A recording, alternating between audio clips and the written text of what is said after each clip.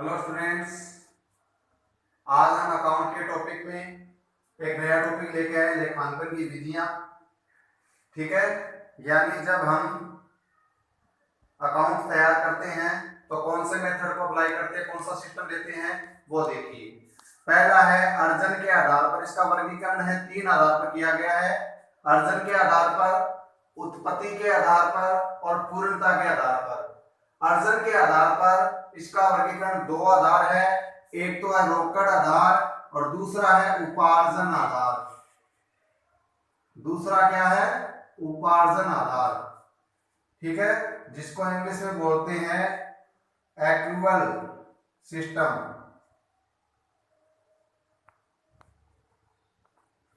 अब पहले बात करते हैं रोकड़ आधार की। रोकड़ आधार क्या है? इसमें व्यवसाय की पुस्तकों में लेखा करने का आधार कैश होता है। कैश मीन्स जिस दिन व्यवसाय में कैश आता है उसी दिन वो आय मानी जाती है, और जिस दिन कैश का भुगतान किया जाता है उसी दिन वो खर्चा माना जाता है। फॉर एग्जाम्पल मैं कहता हूं XYZ से 50,000 रुपए की मशीन खरीदी। ठीक है, और ये खरीदी 1 जनवरी को, और फिर कहते हैं 30 जनवरी को इसका भुगतान किया। देखो यहां 2 तिथि है। 1 जनवरी को मशीन खरीदी गई है, लेकिन जिस दिन खरीदी क्या उस दिन उसका पेमेंट हो गया? कैश में ट्रांजैक्शन हुआ? नहीं हुआ। तो इसका 1 जनवरी को व्यवसाय की पुस्तकों में लेखा नहीं किया जाएगा। इसको अपना खर्चा कब माना जाएगा? 30 जनवरी को। जिस दिन एक्चुअल में आपने कैश में पेमेंट किया उस दिन क्या मानी जाएगी?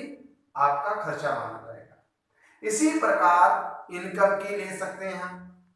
ठीक है, तो जिस दिन एक्चुअल में कैश आता है वो हम अपनी आय मानेंगे और पुस्तकों में लेखा करेंगे।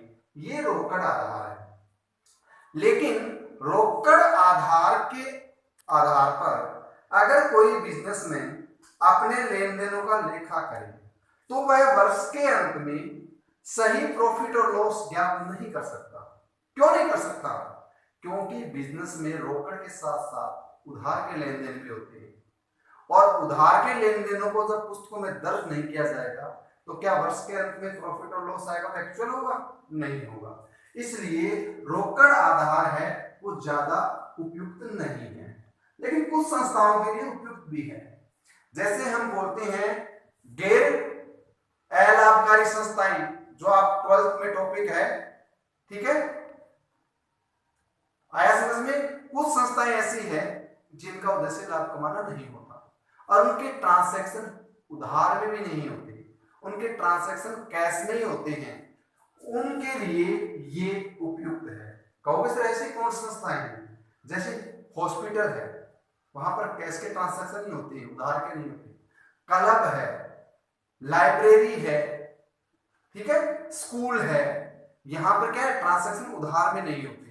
तो इसलिए कैश बेसिक सिस्टम है वो इन संस्थाओं में तो उपयोगी है, लेकिन जहां व्यापार होता है ना, वस्तुओं का आदान प्रदान होता है, वहां पर ये उपयुक्त नहीं है, क्योंकि वस्तुएं उधार में बेची जाती है, उधार में खरीदी जाती है, इसलिए वहां पर सही प्रॉफिट और लॉस की गणना नहीं हो पाती। तो उपार्जन आधार कहां काम आता है? व्यवसायिक संस्थाओं में। व्यवसायिक संस्था का मतलब ऐसी संस्थाएं जो वस्तु और सेवाओं का क्रय विक्रय करती है। ठीक है, उनमें देखिए इसी उदाहरण को लेते हैं। XYZ से 50,000 की मशीन 1 जनवरी को खरीदी है और पेमेंट कब हो रहा है? 30 दिन को। तो यहां पर जिस दिन वस्तु और सेवा का आदान प्रदान हो जाता है उसी दिन क्या कर ली जाती है? उसको आय और व्यय मान लिया जाता है। कैश चाहे भविष्य में प्राप्त हो चाहे पहले प्राप्त हो गया हो, उससे कोई मतलब नहीं होता।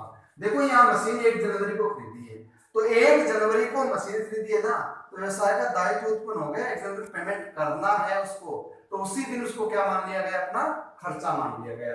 ये उपार्जन आधार है। और उपार्जन आधार से अगर हम अपने लेखे तैयार करेंगे, अपने अकाउंट्स बनाएंगे, तो वहां जो प्रॉफिट और लॉस आएगा वो एक्चुअल प्रॉफिट और लॉस आएगा। ठीक है, तो ये रोकड़ आधार की तुलना में ज्यादा उपयुक्त है। अब बात कर रहे हैं उत्पत्ति के आधार पर। उत्पत्ति के आधार पर नंबर 1 हम बात करते हैं भारतीय महाजनी बही, भारतीय महाजनी बही खाता पद्धति, जिसको इंग्लिश में कहते हैं इंडियन महाजनी accounting system. Indian accounting system क्या है? ये देखो भारत में चला आ रहा बड़ा ही प्राचीन काल से चला आ रहा अकाउंटिंग सिस्टम है। और ये प्राचीन काल से चला आ रहा नहीं है, ये वेल सिस्टेमेटिक भी है, इसके सिद्धांत भी है, इसके प्रिंसिपल्स भी है। और आज की जो हमारी डबल अकाउंटिंग सिस्टम है ना, डबल एंट्री सिस्टम, उसके अकॉर्डिंग इसके निश्चित नियम और सिद्धांत है। एकदम ये साइंटिफिक मेथड है, ये वैज्ञानिक पद्धति है। फिर कहोगे सर इसका उपयोग क्यों नहीं किया गया? क्यों नहीं किया गया? क्योंकि भारत में जब अंग्रेज आए ना, तो अंग्रेजों ने इस सिस्टम को ज्यादा डेवलप नहीं होने दिया। और आज बिजनेस का स्केल भी है, वो क्या हो गया, बहुत बड़ा है, ग्लोबलाइजेशन हो गया। इस कारण क्या है, ये इंडियन सिस्टम है वो ज्यादा डेवलप नहीं हो पाया, इस पर ज्यादा रिसर्च और नहीं हो पाएगा। ठीक है, इस कारण ये पिछड़ा रह गया। लेकिन आज भी ध्यान रखिए, बहुत सारे हमारे औद्योगिक घराने हैं जो आज भी इसमें काम करते हैं, छोटे व्यापारी आज भी इसमें काम करते हैं। इसकी विशेषता क्या है? इसके लिए कोई विशेष नॉलेज, विशेष ट्रेनिंग, विशेष डिग्री की आवश्यकता नहीं होती। सामान्य ज्ञान वाला व्यक्ति, और अपनी एक सबसे बड़ी विशेषता हो, किसी भी भाषा में इसमें लेखा किया जा सकता है। हिंदी में कर सकते हैं, गुजराती में कर सकते हैं, पंजाबी में कर सकते हैं, तमिल में कर सकते हैं, अपनी खुद की भाषा में लिखा कर सकते हैं। ठीक है, तो ये और इसके विकास इंडिया में हुआ ना, इस कारण इसको भारतीय महाजनी बही खाता पद्धति बोलते हैं। ठीक है, और दूसरा आता है इंग्लिश अकाउंटिंग सिस्टम, अंग्रेजी खाता पद्धति। अंग्रेजी खाता पद्धति जो हम आगे पढ़ेंगे वो आएगी, जिसमें क्या होता है, आज पूरा वर्ल्ड है जिसको फॉलो कर रहा है, उसके आधार पर लेखे किए जाती है। तीसरा आता है पूर्णता के आधार पर। पूर्णता के आधार पर दो है, ठीक है, एक तो है इकहरा लेखा पद्धति, इकहरा लेखा पद्धति, जिसको बोलते हैं सिंगल एंट्री सिस्टम। और दूसरी है दोहरा लेखा पद्धति, जिसको बोलते हैं डबल एंट्री सिस्टम। अब देखो इकहरा लेखा पद्धति क्या है। इकहरा लेखा पद्धति, इसको ये नहीं है कि एक पक्ष में लेखा किया जाता, नहीं, ऐसी बात नहीं है। इकहरा लेखा पद्धति का मतलब यह एक अपूर्ण पद्धति, अनकंप्लीट है, इसका कोई वैज्ञानिक आधार नहीं है, इसके रिजल्ट है वो एक जैसे नहीं आ सकते। कोई व्यक्ति कैसे लेखा बनाता है, कोई अपनी सुविधा के अनुसार कैसे बनाता है, कोई सिस्टम नहीं है इसका, और इससे एक्चुअल प्रॉफिट और लॉस की गणना भी नहीं की जा सकती। इस कारण इसको अपूर्ण लेखा पद्धति भी कहते हैं। फॉर एग्जाम्पल मैं बताता हूँ आपको, दोहरा लेखा पद्धति का आपने उपयोग किया और दोहरा लेखा पद्धति के किसी एक सिद्धांत को भी आपने छोड़ दिया ना, तो भी क्या बन गई, वो इकहरा लेखा पद्धति बन गई। ठीक है, तो यह अवैज्ञानिक है, अपूर्ण है, अविश्वसनीय है, और इससे किए गए लेखे कोई सार्थक रिजल्ट नहीं दे सकते, इसलिए ये उपयोगी नहीं है। छोटे व्यवसायी है ना, जिनके लिए अपने यहाँ पर अकाउंट की ऑडिट कराना ही जरूरी है, उनके लिए तो है उपयोगी। जैसे साग गली में फेरी वाले होते हैं, दूध वाला होता है, मोहल्ले गली में छोटी छोटी दुकान होती है, वो तो बेचारे इसी सिस्टम को अपनाएंगे ना, उनको दोहरा लेखा पद्धति थोड़ी आती है। ठीक है, उनके लिए तो उपयोगी है ही। अब दोहरा लेखा पद्धति क्या है? आपको पता है हमने पढ़ा था 1494 में लुकास पेसियोली, इटली का एक नागरिक था जिसने इटालियन भाषा में एक पुस्तक लिखी थी डी कंपासेट स्क्रिप्चर्स, और उस पुस्तक में इसका वर्णन किया गया था। याद है ना बात को? वही है डबल एंट्री सिस्टम। अब डबल एंट्री सिस्टम में क्या होता है, इसको डबल एंट्री सिस्टम क्यों कहते हैं? क्योंकि कोई भी बिजनेस ट्रांजैक्शन होता है उसके दो पक्षकार होते हैं, एक वस्तु प्राप्त करने वाला, एक देने वाला, एक कैश प्राप्त करने वाला, एक देने वाला, दो पक्षकार होते हैं ना, और दोनों पक्षकारों के खातों में लेखा किया जाता है, इसका डबल अकाउंटिंग सिस्टम कहलाता है। फॉर एग्जाम्पल मैं कहता हूं राम से प्राप्त हुए 2000 रुपए। अब यहां देखो, एक पक्षकार तो हम खुद है, हमारे बिजनेस के मालिक, दूसरा पक्षकार कौन है? राम। ठीक है, तो यहां पर क्या होता है, राम के खाते में भी एंट्री की जाती है और हमारे खुद के भी की जाती है। इस कारण इसको क्या कहते हैं? डबल एंट्री सिस्टम कहते हैं। और ध्यान रखना, दोनों पक्षकारों में एक समान राशि से लेखा किया जाता है। एक पक्षकार को डेबिट किया जाता है तो एक को क्रेडिट किया जाता है, और इसी कारण क्या कहते हैं, इसको डबल एंट्री सिस्टम कहते हैं।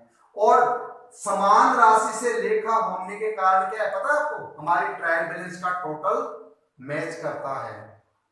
ठीक है, इस कारण इसको डबल अकाउंटिंग सिस्टम कहते हैं। और आज यह सिस्टम है ना पूरी दुनिया में फॉलो किया जाता है, और ये बड़ा ही साइंटिफिक है, इस पर बहुत सारे रिसर्च होते हैं, यह वैज्ञानिक भी है, यह पूर्ण भी है, और इसके द्वारा कोई भी रिजल्ट, इसके सिद्धांतों का अगर पालन किया जाए ना तो पूरे वर्ल्ड के अंदर एक समान रिजल्ट प्राप्त किए जा सकते हैं। ठीक है, लेकिन ये सिस्टम इंडिया में केवल उन्हीं के लिए है जो कंपनियां हैं जिसका रजिस्ट्रेशन कंपनी अधिनियम के अंतर्गत हुआ है, उनको इसका फॉलो करना अनिवार्य है, बाकी को इसको फॉलो करना अनिवार्य नहीं है। ठीक है, तो यह दोहरा लेखा पद्धति है। दोहरा लेखा क्यों है? दो पक्षकार होते हैं, दोनों पक्षकारों में समान राशि से लेखा किया जाता है। ठीक है, दोनों पर समान प्रभाव पड़ता है, इस कारण इसे क्या कहते हैं? डबल एंट्री सिस्टम कहते हैं। तो आज हमने पढ़ा लेखांकन की विधियां, कल हम पढ़ेंगे लेखांकन के सिद्धांत, अवधारणाएं, परंपराएं, मान्यताएं। ये नया टॉपिक हम पढ़ेंगे, तो आप तैयार रहिए कल के लिए। और आज के वीडियो को आप लाइक और सब्सक्राइब कर दें, और ये नहीं है कि वीडियो आपने 1 मिनट का देख लिया फिर स्किप कर दिया। वीडियो को कंटिन्यू स्टार्ट करने के बाद कंटिन्यू देखिए, आपको बहुत कुछ सीखने को मिलेगा। ठीक है, और मैं हर बार कुछ नई चीजें जरूर लेके आऊंगा। आपने जितना पढ़ा है ना उससे ज्यादा कुछ और मिलेगा आपको। तो मैं आपसे रिक्वेस्ट करता हूं कि आप वीडियो को स्टार्ट करने के बाद स्किप न करें, कंटिन्यू पूरा वीडियो देखें। ओके, धन्यवाद।